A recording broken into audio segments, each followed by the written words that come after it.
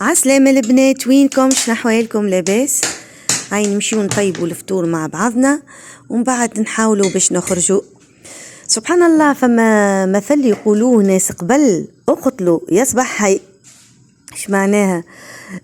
قد ما تطيب وقد ما تصنف وقد ما توكل ومن بعد تجي للكرش تقول لها: يا كرش كليتشي؟ تقولك: انا كليت باش نموت بالشر.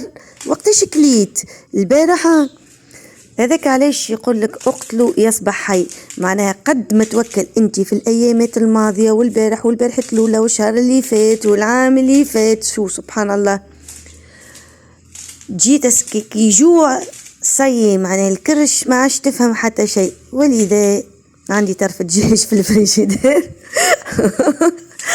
قلت طيب برا نخرجها.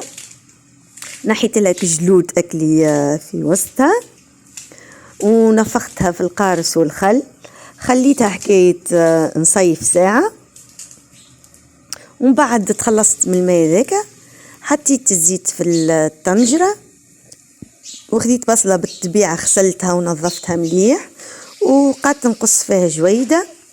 وعندي كعبات طماطم فرشك طازجين، معناها طماطم كعب، غسلتهم ونحيت لهم زريعتهم ورحيتهم بالميكسور وزدتها مغرفة ونص طماطم حكوك، معناها طماطم معجونة. انا الحقيقة البنات ما نستعملش الفلفل الأكحل على خاطر عندي شكون يتقلق به، ما نعرفش نتوما نفس الشيء ولا. اما انا الحقيقة تعجبني معناها كي نحط نفة في الفلفل الأكحل في الاخر لا محالة، لكن عندي شكون متقلق معناها كي ياكل الفلفل الأكحل يتقلق به، ولهذا وليت ما عادش معناها نشريه به. قلت لكم حطيت البصل يتدبل في الطنجرة، ومن بعد حطيت الدجاج كيف يتدبل معاه، ونحط انا الحقيقة التوابل اللي هما شوية ملح، شوية كركم، شوية تابل، حطيت زيادة من بعد شوية ثوم تشوفوني حطيتهم قصيتهم جويدين، وعندي زنجبيل مرحي حطيت شوية، وبالطبيعة حطيت الفلفل الأحمر. وانا تندون معناها تتقلى شوية، خليت الماء يسخن باش يغلي، معناها كي باش نمرق بالماء اللي يغلي وكاو. ومشيت نقص في البطاطا وخليت نفختها، قصيتها ونفختها في الماء، وقرينات فلفل خضر نقصهم بعد ما غسلتهم بالطبيعة ونشقهم من الفوق، وذوكم باش نرميهم في الاخر. شوفوا مع بعضنا.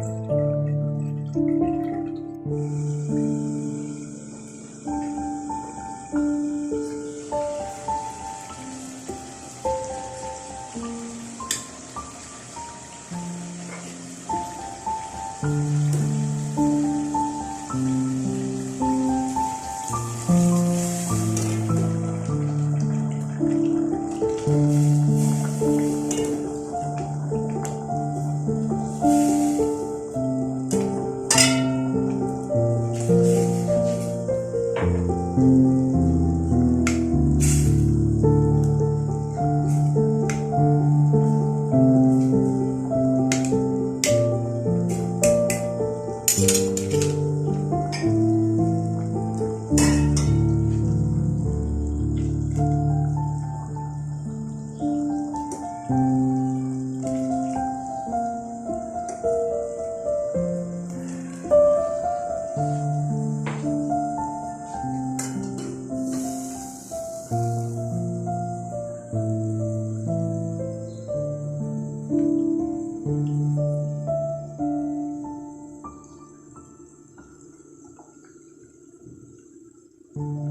هو عاد لهنا هانو رميت البطاطا اللي كانت منفخة في الماء، وهذوكم القرينات الفلفل باش نرميهم في الاخر.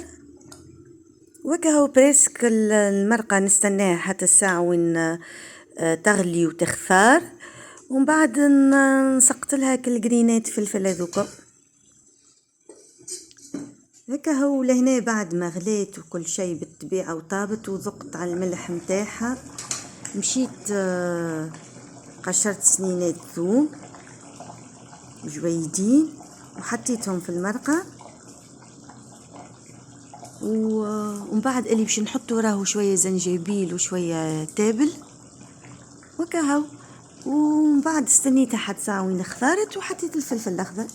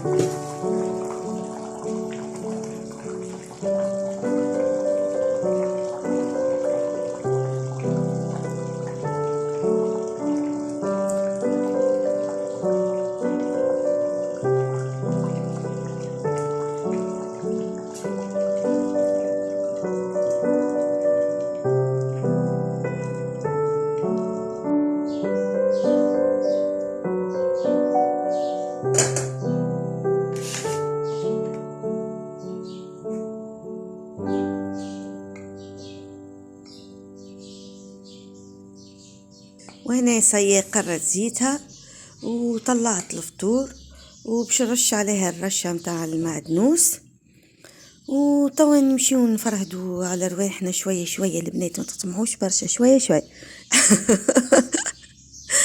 وانا بعد ما حطيت صحايل الفطور عملت رشة متاع معدنوس وكهو وكملنا الفطور.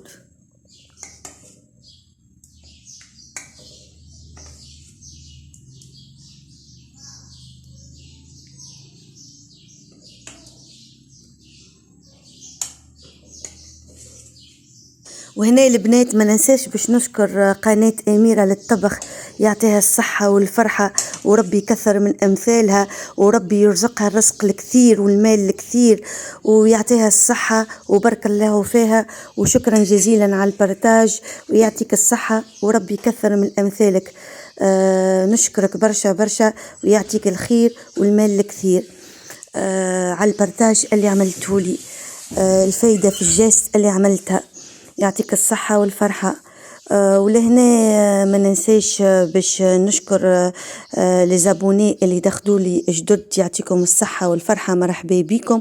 وبالطبيعة ديما نقول لزابوني القدم هما الساس نتاع الدار، ومرحبا بهم في كل وقت وفي كل مكان. هكا هو عاد هذه المرقة متاعي سي طابت، وذيك الرشة متاع المعدنوس، وتوا يزينا من الماكلة ومن الفطور ومن التخميل ومن التطيب. وهو الرسول صلى الله عليه وسلم قال إن النفوس إذا كلت عميت. رفعوا عن النفوس رفعوا عن النفوس ساعة بعد ساعة، فإن النفوس إذا كلت عميت. بما معناها توا لازمنا نتفرهدوا نخرجوا الطاقة الضغط اللي عندنا من الداخل. شلون مش نمشي احسن بقعة هي اللي باش نخرج فيها الضغط متاعي هي البحر. شوفوا مع بعض.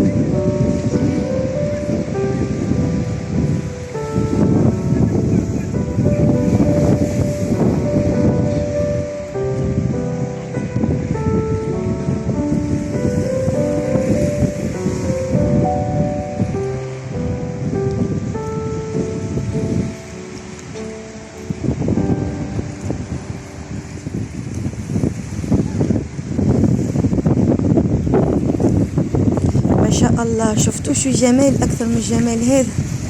سبحان الله، يحيي النفوس، تنعش النفس، ترجعك متجدة، تخرج الضغط الكل اللي فيك وترجعك مشحونة بالأمل والفرحة والنشاط والحيوية. ما شاء الله، سبحان الله في خلقه. هكا وعاد البنات بعد ذاك روحت للدار وعملت عشاء خفيف اللي هو سردينة مفورة وكهو.